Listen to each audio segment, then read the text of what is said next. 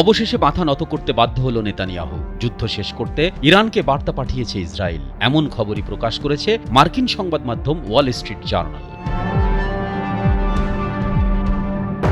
যুক্তরাষ্ট্রের সহায়তায় ইরানের পারমাণবিক স্থাপনায় ব্যাপক হামলার পর তেহরানের সঙ্গে চলমান সংঘাত দ্রুত শেষ করতে চায় ইসরায়েল। এই লক্ষ্যে যুক্তরাষ্ট্র তার আরব মিত্রদের মাধ্যমে ইরানের কাছে ইসরায়েলের বার্তা পৌঁছে দিয়েছে। সোমবার প্রকাশিত এক প্রতিবেদনে এমন তথ্যই জানিয়েছে মার্কিন সংবাদ মাধ্যম ওয়াল স্ট্রিট জার্নাল।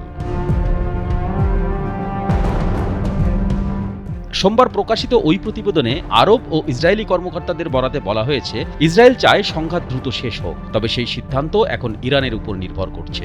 ইসরায়েলের টেলিভিশন চ্যানেল 12 জানিয়েছে, অপারেশন রাইজিং লায়ন নামের সামরিক অভিযানের মাধ্যমে ইরানকে পারমাণবিক ও ব্যালিস্টিক ক্ষেপণাস্ত্র হুমকি থেকে মুক্ত করার পরিকল্পনা করছে তেল আবিব। ইসরায়েল মনে করছে তারা খুব শিগগির তাদের কৌশলগত সামরিক লক্ষ্য অর্জন করতে পারবে। আরব দেশগুলোর কর্মকর্তারা ওয়াল স্ট্রিট জার্নালকে বলেন, ইসরায়েল এই অভিযান শেষ করতে প্রস্তুত, তবে ইরান এখনই যুদ্ধ থামাতে রাজি নয়, যতক্ষণ না তারা যুক্তরাষ্ট্রের হামলার পরিপূর্ণ জবাব দিতে পারছে। একজন ইসরায়েলি কর্মকর্তা টাইমস অফ ইসরায়েলকে বলেন, যদি ইরান তার পারমাণবিক কর্মসূচি থেকে সরে আসে তাহলে আমরা এখনই বোমাবর্ষণ বন্ধ করতে পারি। এটি পুরোপুরি ইরানের সিদ্ধান্ত। তিনি আরও বলেন, যদি একটি চুক্তি হয় তাহলে আমরা এই অভিযানের ফলাফলে সন্তুষ্ট থাকব।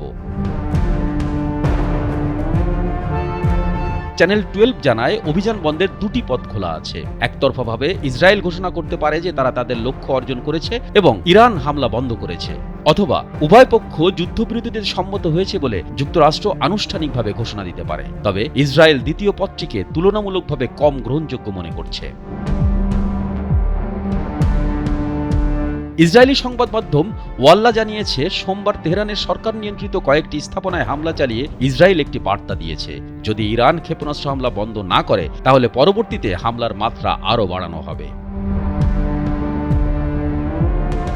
নিরাপত্তা সূত্রের বরাতে ওয়াল্লা বলেছে, যুদ্ধ থামানোর পথে প্রধান বাধা হচ্ছে ইরানের সর্বোচ্চ নেতা আয়াতুল্লাহ আলী খামেনি। তিনি এখনও প্রতিরোধের নীতিতে অনড় রয়েছেন।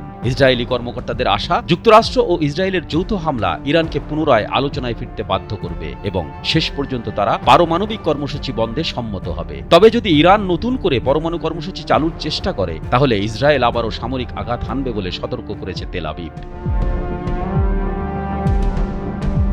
রবিবার ইসরায়েলের প্রধানমন্ত্রী নেতানিয়াহু বলেন, ইরানের বিরুদ্ধে ইসরায়েল তাদের কৌশলগত লক্ষ্য অর্জনের দ্বার প্রান্তে রয়েছে।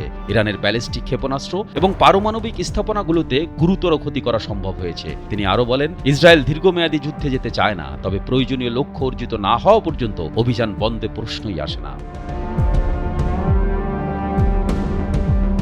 এদিকে মধ্যপ্রাচ্যের আকাশে এখন চরম উত্তেজনা বিরাজ করছে। ইরানি ভূখণ্ডে ইসরায়েলের নির্মম ও অযৌক্তিক বিমান হামলার পর পাল্টা প্রতিক্রিয়ায় জড়িয়ে পড়েছে দুপক্ষ। এমন পরিস্থিতিতে ইরান দাবি করেছে, তারা ইসরায়েলের পাঠানো অন্তত 130টিরও বেশি ড্রোন ভূপাতিত করেছে।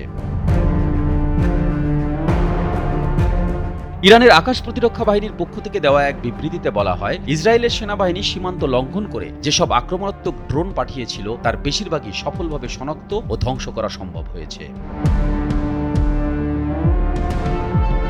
আমাদের আকাশ প্রতিরক্ষা ইউনিট গত কয়েকদিনে বহু শত্রু ড্রোন সফলভাবে ধ্বংস করেছে বলে বিবৃতিতে জানায় ইরান। তারা একে আকাশ প্রতিরক্ষায় নিজেদের সক্ষমতার একটি বড় উদাহরণ হিসেবে তুলে ধরেছে। ইরান বলছে, এত বিপুল সংখ্যক ড্রোন ভূপাতিত করতে তাদের নিজেদের তৈরি রাডার সিস্টেম, জ্যামিং প্রযুক্তি ও অ্যান্টি এয়ারক্রাফট অস্ত্র কার্যকরভাবে ব্যবহার করা হয়েছে। এটি বিশ্ব সামরিক ইতিহাসে নজিরবিহীন বলেও মন্তব্য করেছেন ইরানি সামরিক বিশ্লেষকরা। তেহরানের ভাষ্য, ড্রোনগুলোর প্রধান লক্ষ্য ছিল তথ্য সংগ্রহ ও ভবিষ্যৎ হামলার প্রস্তুতি, কিন্তু ইরানের আগাম প্রস্তুতি ও প্রযুক্তিগত সক্ষমতাই এই হুমকি প্রতিহত করেছে। হামলার প্রতিক্রিয়ায় এক জ্যেষ্ঠ IRGC কমান্ডার বলেন, ইরান আর চুপ করে সহ্য করবে না। যে রক্ত অন্যায়ভাবে ঝরানো হয়েছে তা ঈমান ও প্রতিশোধ দিয়ে প্রতিফলিত হবে।